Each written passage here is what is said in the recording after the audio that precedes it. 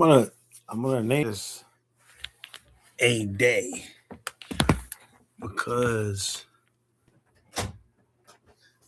at a trying day when it comes to customer service, the first thing that happened when I was coming back from the range, had a nice little gun range day. I shot some 45 CZ and a nice little 9 millimeter Shadow 2. So I'm coming back and there's a Thai place that I stopped going to because customer service was very bad. So I went in there. There was some two new women in there that were doing customer service. Ordered some Taipan. I ordered a large.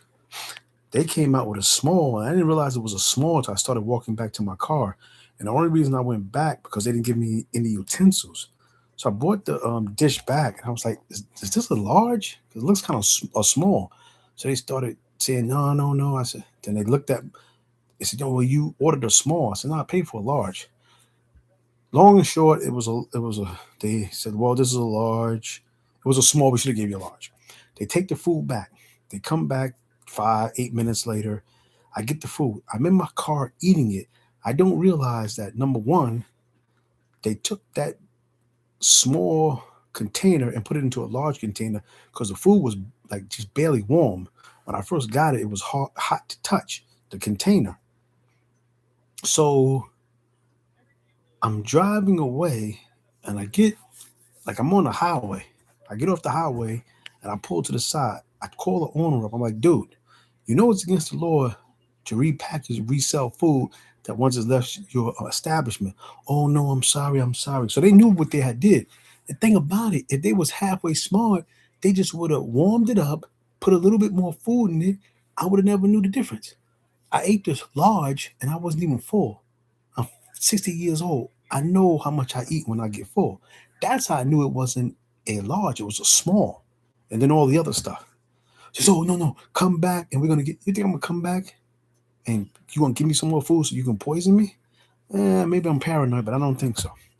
Get home and I sent off a claim for two packages that were stolen through the post office. I sent the letter off about 2 weeks ago. The letter comes back damaged. It looked like somebody just ripped this doggone package up so it wouldn't get delivered. I'm literally because I'm missing two packages and another three more that they don't know where it's going to. So we're talking about five packages. When I get to the post office, because I was gonna go tomorrow, which is Saturday, I said, "No, I'm gonna deal with this today," because I was a little heated. So when I get there, first of all, you're not supposed to bring guns inside of a post office. It's a federal law. But I made sure I locked my gun up in the glove compartment, in the car, because I was going to be about that business. Because there's this one broad postal person when I go there. I've been going there for a good 8, 9 years. Every time for the first 2 years, she always has something out of pocket to say to me. I'm like, what is this woman's problem? I'm a customer. I'm coming into. I don't complain. I'm not going to get an argument with a female. And this went on for quite a few years, so I just went to another post office. 2 weeks ago, when I mailed the package, she took that package. Now, I'm going to say what I think she did 90%. So, anyway, I go back there and I went in there and I went off. I said to her, "I know you doggone messed up my doggone pack." As soon as I said that, she bust out. "No, I didn't do nothing. I didn't do nothing." She felt guilty. The manager comes in. I'm trying to make this short. The manager comes in. She showed me, I said, that package never left the station. I didn't know that. I lied and said I tracked the package. She said, "No, this is all the information here that, you know, we can tell it went to Missouri." It was a claim because I put in like three or four claims for packages that were stolen, missed, whatever you want to call it. So I started to calm down, and she says that she didn't couldn't have anything to do with it. So I says, "Okay."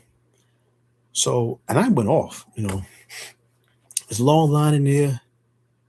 I said, "Look, I'm gonna wait outside for you because I don't even want to be in here." So I wait for the manager. I walk back inside. This old ugly faced broad online starts like trying to mean mug me. So she goes, you don't come in here with that." I said, "Mind your business. I didn't say nothing to you with your ugly ass." She says, well, in this day and age, all the stuff going on. I said, okay, in this day and age, all the stuff going on, you want to agitate somebody who you feel threatened about? If you feel that threatened, just call 911 or the postal police. You're gonna try to confront somebody who you feel threatened by. Shut your ugly ass up and turn around. So the manager comes outside and she takes the she repackages the package, puts it in an envelope, and we're having a conversation. I told her about this person that always has something nasty to say to me to the point where I didn't even come into the post office. That's my choice. She said, "Why you never complain? You don't want to sit around and complain, but yeah, sometimes you should voice your complaint. But I don't come in here to socialize. I come in here, I'm professional. I act like I got some sense.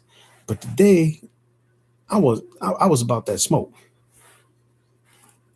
So the one thing that I did not do was ask the manager, is there any way that person that received the package was that broad that got a problem? Because she had gotten that package, had it go to Missouri where it was going, call somebody up and say, look, I need you to do a thing with this package. Because it's all in a post office. So that wouldn't have been a problem.